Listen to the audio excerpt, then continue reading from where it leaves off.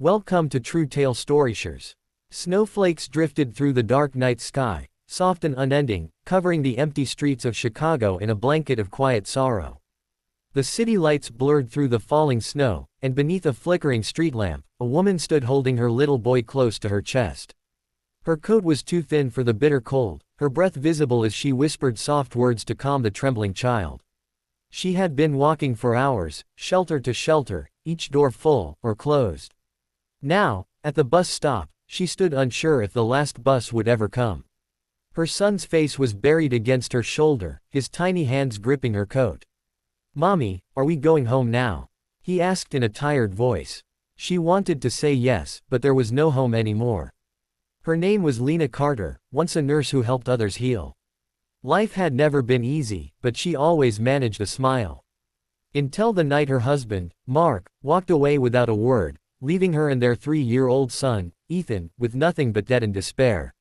She worked extra shifts, skipped meals, and did everything she could, but when the eviction notice came, her world fell apart. For days, she wandered, sleeping on benches, in waiting rooms, in churches that offered warmth but not shelter. Still, she never let her son see her cry. That freezing night, she prayed for a miracle, a kind word, a warm place, a bit of hope. The streets were empty, the world too busy to care. She stood under the bus shelter, snow clinging to her hair and lashes, her shoes soaked through, humming a lullaby to keep her son calm. Across the street, a man watched her silently. He stood tall in a dark navy coat, hands buried in his pockets, his breath misting in the cold. His name was Daniel Hayes, a 34-year-old architect who once had everything: money, success, and a wife he adored. But 2 years ago, after losing their unborn child, his marriage fell apart. Since then, he had walked the same streets every night, haunted by the silence of an empty home. When he saw Lena, she was just another figure in the snow, until he noticed how tightly she held her child, giving him warmth she didn't have herself. Something inside him broke. He crossed the street slowly, his boots crunching against the ice. She saw him coming and took a step back, fear flickering in her eyes. "I'm sorry," she whispered. "We're just waiting for the bus." Her voice was thin and fragile. Daniel shook his head gently. "It's okay," he said softly. "But I don't think the buses are running anymore." Lena looked away, her lips trembling. Ethan shivered in her arms.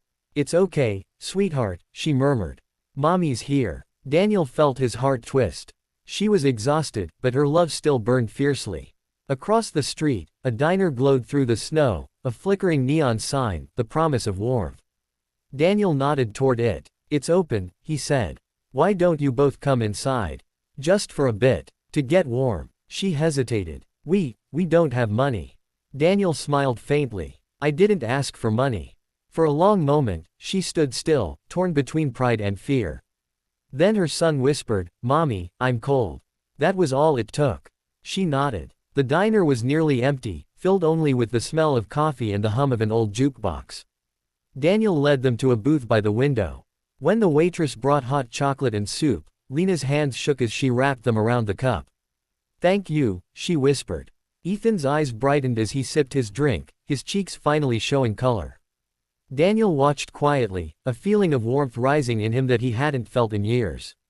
They spoke little, but silence said enough: the worn shoes, the trembling hands, the quiet courage. After a while, Lena looked up. "We should go," she said softly. "We've taken too much of your time." Daniel shook his head. "No, you haven't." Then, after a pause, "Where will you go?" She hesitated. "We have nowhere to go." The words hit him like a cold wind. Without thinking, he said, "You do now."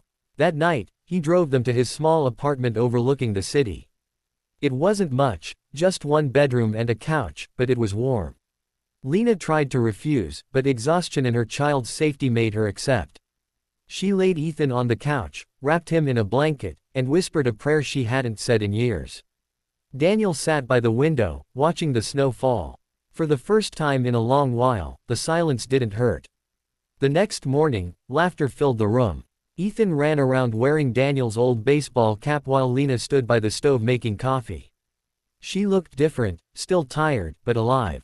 Daniel realized that sometimes, broken people carry the brightest light. Days turned into weeks. Daniel helped her find a job at a friend's clinic. He made pancakes for breakfast, taught Ethan how to draw buildings, and found himself smiling more often. The apartment that once felt empty now echoed with warmth and laughter. But one night, Lena found a letter Daniel had written to his late wife, a letter of love and loss.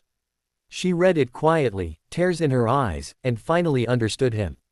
The next morning, she left a note on the counter: "Thank you for reminding me that kindness still exists. We may have nowhere to go, but now we have somewhere to belong." Months later, as the first snow of spring drifted across the city, Daniel stood by the window watching Ethan draw on the glass while Lena wrapped a blanket around his shoulders. He looked at her and smiled, really smiled, for the first time in years. If this story touched your heart, if you believe that one act of kindness can change a life, please like, comment, and share.